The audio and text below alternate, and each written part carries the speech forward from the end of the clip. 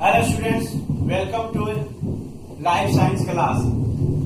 इससे पहले जो क्लास हुआ था उसमें हम लोग पढ़े थे कि ट्रांसपिरेशन किसे कहते हैं। ट्रांसपिरेशन और इवेपोरेशन में हम फर्क भी बतलाए थे और ये भी बताए थे कि ट्रांसपिरेशन की कितनी किस्में होती हैं, यानी ट्रांसपिरेशन पौधों के किन किन हिस्सों से होता है। आज हम लोग पढ़ेंगे फैक्टर्स कंट्रोलिंग ट्रांसपिरेशन, माने ट्रांसपिरेशन के अमल में कौन सा फैक्टर्स है जो उसके ऊपर असर अंदाज होता है, यानी वो कौन सी चीजें हैं जो ट्रांसपिरेशन के अमल को या तो स्लो कर देता है या उसके अमल को जो है फास्ट कर देता है। तो जो फैक्टर्स ट्रांसपिरेशन पर असर अंदाज होते हैं उनके यहाँ नाम लिखे हुए। पहला है ह्यूमिडिटी, माने हवा की रतूबत। दूसरा है विंड, हवा। लाइट, रोशनी। टेम्परेचर, दर्जा हरारत।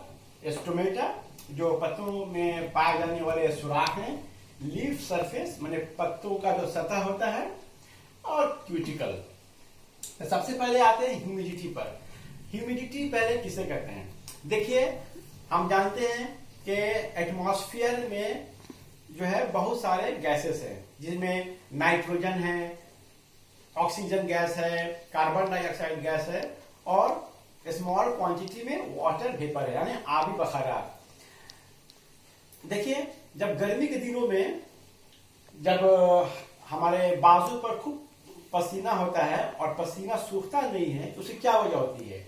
उसकी वजह यह है कि जब एटमॉस्फेयर में आबी बखारात का मिकदार ज्यादा रहता है तो उस वक्त पसीना जो है वो भाप बनकर उड़ता नहीं है, जिसकी वजह से क्या होता है, पसीना के कतरे जिस्म के ऊपर ही रह जाते हैं, यानी बाजू पर रह जाते हैं और इस समय परेशानी होती है।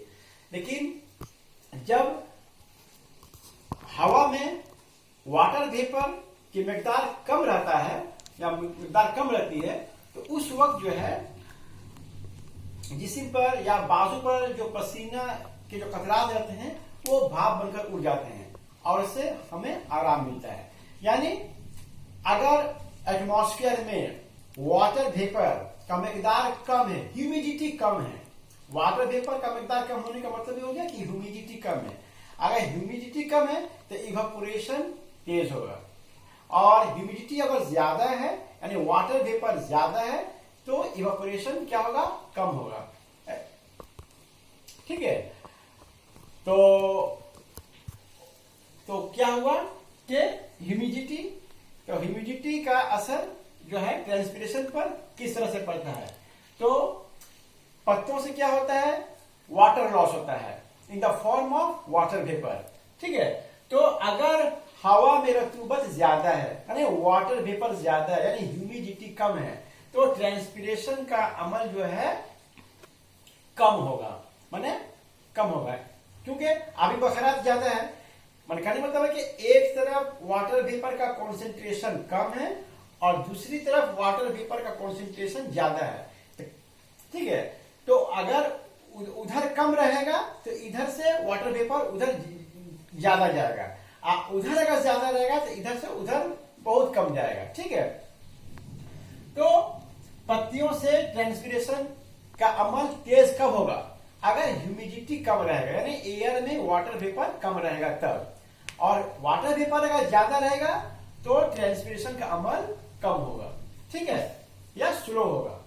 दूसरा फैक्टर है विंड, हवा। अगर हवा तेज रफ्तार से चलेगी तो ट्रांसपिरेशन का अमल तेज होगा और अगर हवा की रफ्तार स्लो रहेगा, आहिस्ता रहेगा तो ट्रांसपिरेशन का अमल कम होगा। जैसे मिसाल के तौर पर आप एक तश्तरी में चाय पी रहे हैं, उसमें से भाप निकल रहा है, आप जब उसको फूंकते हैं तो वो हवा से क्या होता है, भाप जो है उस जगह से दूर चला जाता है। ठीक है, तो हवा फूंकने से क्या होता है, फूंकने का मतलब हुआ कि उस पर हवा देना, तो हवा देने से क्या होता है, वो चीज जो है चाय जल्दी ठंडी हो जाती है, यानी अमल यानी इवेपोरेशन का अमल तेज गति से होता है, तेज रफ्तार से होता है। उसी तरह से तेज हवा में ट्रांसपिरेशन का अमल तेज होता है और हवा की रफ्तार कम रहेगी तो ट्रांसपिरेशन का अमल कम होगा। लाइट, रोशनी, हम बता चुके हैं कि स्टोमेटा जो है दिन के वक्त जो है खुले रहते हैं और रात के वक्त बंद रहते हैं। तो आफ्ताब की रोशनी में जो है स्टोमेटा खुल जाता है, जिसके वजह से ट्रांसपीरेशन का अमल तेज होता है। तो कहने मतलब है कि सूरज की रोशनी की मौजूदगी में ट्रांसपीरेशन का अमल तेज होता है, और अगर सूरज की रोशनी मध्यम रहेगा, हल्का रहेगा, तो ट्रांसपीरेशन का अमल कम होगा। अब उसके बाद टेम्परेचर यानी दर्जा हरारत। दर्जा हरारत क्या चीज है? दर्जा हरारत बताता है कि हीट कितना है, अमाउंट ऑफ हीट को रिप्रेजेंट करता है टेम्परेचर। ठीक है, तो टेम्परेचर ज्यादा है, इसका मतलब क्या हुआ? हीट ज्यादा है। ठीक है, तो हीट ज्यादा होने से क्या होगा? ट्रांसपीरेशन ज्यादा होगा, यानी टेम्परेचर ज्यादा होने से ट्रांसपीरेशन तेज रफ्तार से होगा, और दर्जा हरारत कम होने से ट्रांसपीरेशन आहिस्ता से होगा। ठीक है, तो दर्जा हरारत बढ़ने से ट्रांसपीरेशन बढ़ जाता है, और दर्जा हरारत के घटने से ट्रांसपीरेशन घट जाता है। अब है स्टोमेटा। हम जानते हैं स्टोमेटा क्या है। स्टोमेटा पत्तों में पाया जाने वाला एक सुराख है। ठीक है, इन्हीं सुराखों से जो है पत्तों से जो है पानी जो है भाप बनकर निकलते हैं।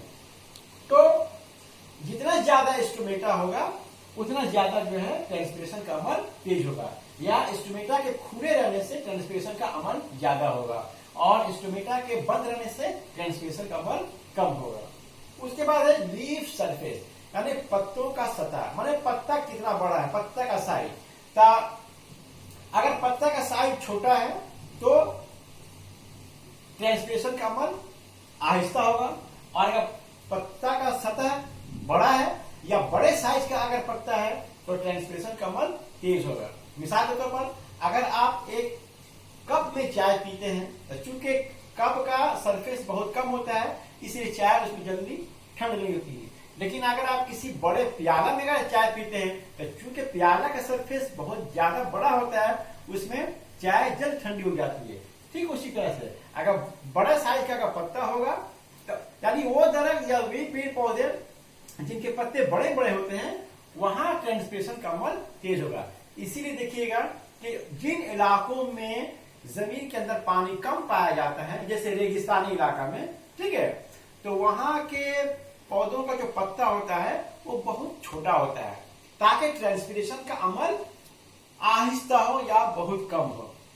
क्यूटिकल बाद हम पढ़ चुके हैं कि ये एक मोम जैसा पत्तों के ऊपर एक लेयर होता है, जिसका असल फंक्शन ये होता है पानी के इखराज को रोकना, लेकिन फिर भी जो है पानी का इखराज हो जाता है। तो अगर मोम का लेयर जितना ज्यादा मोटा होगा, ट्रांसपीरेशन का अमल कम होगा। तो ये था फैक्टर्स जो ट्रांसपीरेशन के अमल पर जो है असर अंदाज होते हैं।